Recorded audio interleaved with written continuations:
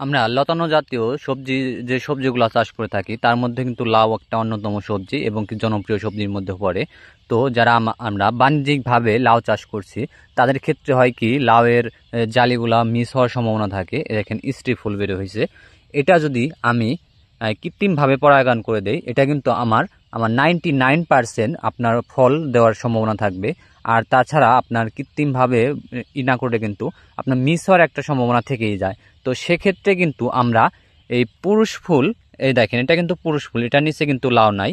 তো এটা কেটে নিয়ে কিন্তু আমরা এই যে এইভাবে কেটে নিয়ে এটার উপরে যে ফুলের পাপড়িগুলো আছে এগুলা ছাড়িয়ে নিব। ছাড়িয়ে নিয়ে কিন্তু আমরা পরাগায়ন করতে পারি সুন্দরভাবে। এটাকে হ্যান্ড পরাগায়ন বলে। তো এভাবে ছাড়িয়ে নিতে হবে।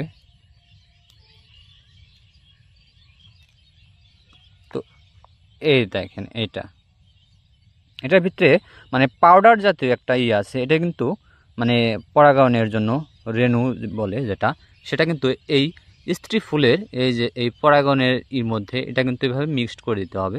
মানে একটু ঘষে দিলেই কিন্তু হয়ে যাবে আপনার। কৃত্রিমভাবে পরাগায়ন কিন্তু এভাবে করে থাকে। তো এভাবে করে দিলে আপনার লাউর ফলন মানে 5 থেকে 10 গুণ কিন্তু বৃদ্ধি করা যায়। তো যারা লাউ চাষ করছেন অবশ্যই এই টেকনিকটা ব্যবহার করছেন কিনা কমেন্টের মাধ্যমে জানাবেন, এবং কি এই টেকনিকটা কতটা কার্যকর সেটা আপনারা কমেন্টের মাধ্যমে জানালেও আমি অনেক উপকৃত হব। কারণ আমি এই প্রথম লাউয়ের প্রজেক্টটা করছি প্রায় 3 শতক জায়গায়, মানে ছোট্ট একটা বাগান বলা চলে। তো এখানে নিচের দিকে আপনাদের যদি দেখাই, তো এখানে দেখেন মানে গত পরশুদিনকে প্রায় 10 পিসের উপরে আমি হারভেস্ট করে নিয়েছি।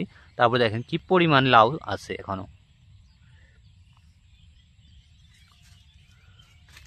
তো মানে আধুনিকায়নের যুগে যদি আপনি এই ছোট ছোট বিষয়গুলো আপনার টেকনিকগুলো যদি ব্যবহার না করেন সেক্ষেত্রে কিন্তু আপনার ফলন কাঙ্ক্ষিত ফলন কিন্তু পাবেন না।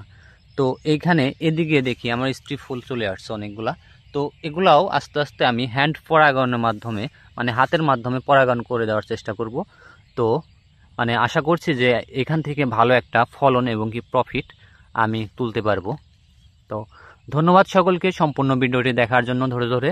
তো এরকম ভিডিও পেতে অবশ্যই আমাকে আমার যে ইউটিউব চ্যানেল আছে সেটাই আপনার কমেন্টের মাধ্যমে দিয়ে দেব।